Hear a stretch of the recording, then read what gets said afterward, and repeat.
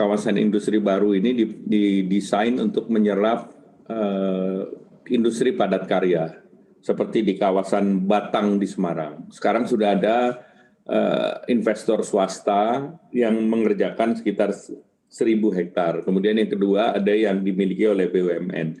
Perbedaannya antara swasta dan BUMN, kalau swasta kan pasti lahannya itu dijual.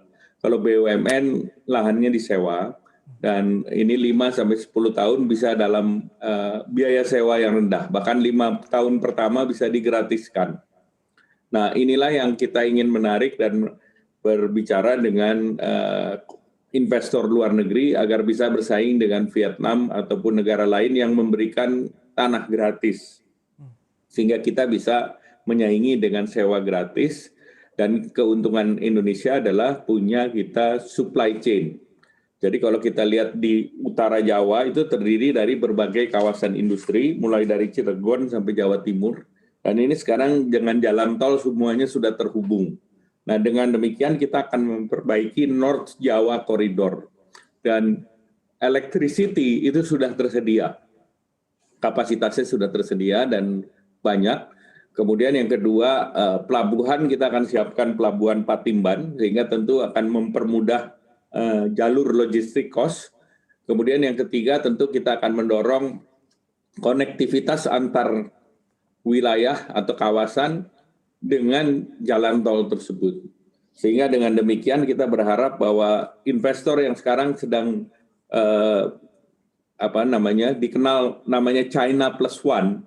Jadi mereka yang sudah punya investasi di Cina itu harus menambah satu negara lain di luar Cina, termasuk Amerika, Korea, kemudian juga Taiwan, Jepang.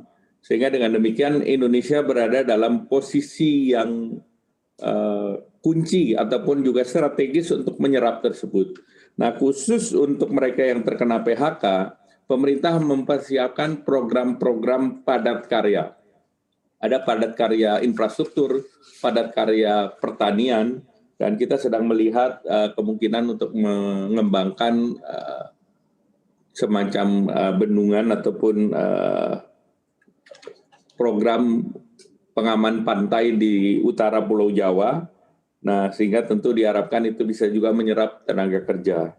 Sekarang ini tenaga kerja yang ter-PHK secara resmi datanya 2,1, yang dirumahkan sekitar 1,4 juta, dan pemerintah punya program yang namanya Prakerja, di mana dalam kartu prakerja itu sudah yang mendaftar sudah 13 juta dan yang sudah diterima sebesar 1,4 juta, dan targetnya adalah 5,6 juta.